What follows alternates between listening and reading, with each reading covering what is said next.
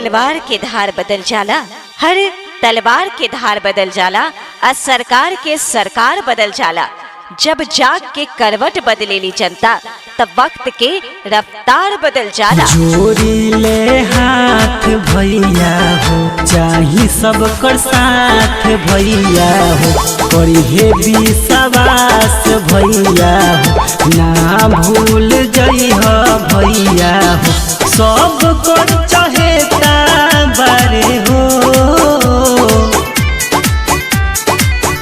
अब की चंदन कुमार के जितावे के बा, मुखिया बनावे के बाटे हो।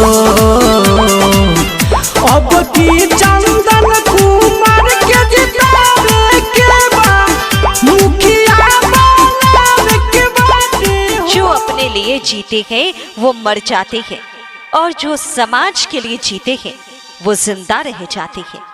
जिंदा रहो या जान जाए, वोट उसी को दो जो सबों के काम आए।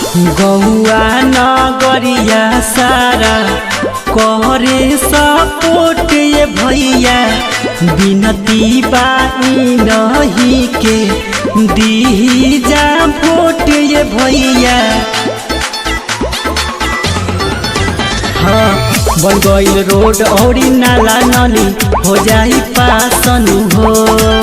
अब की लगौले बारे सबे भैया इन्हीं पर आसन हो।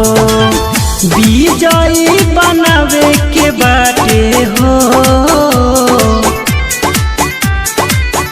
अब की चंदन कुमार के जितावे के बा, मुखिया बनावे के बाटे हो। अब की चंदन कुमार के जितावे के बा, मुखिया बनावे के बाटे हो। मेरे खातिब मेरे तकदीर का पैगाम लिख देना, मेरे तन के हर एक जर्रे पे हिंदुस्तान लिख देना। मुझे मंदिर भी प्यारा है, मुझे मस्जिद भी प्यारा है, मुझे मंदिर भी प्यारा है, मुझे मस्जिद भी प्यारा है।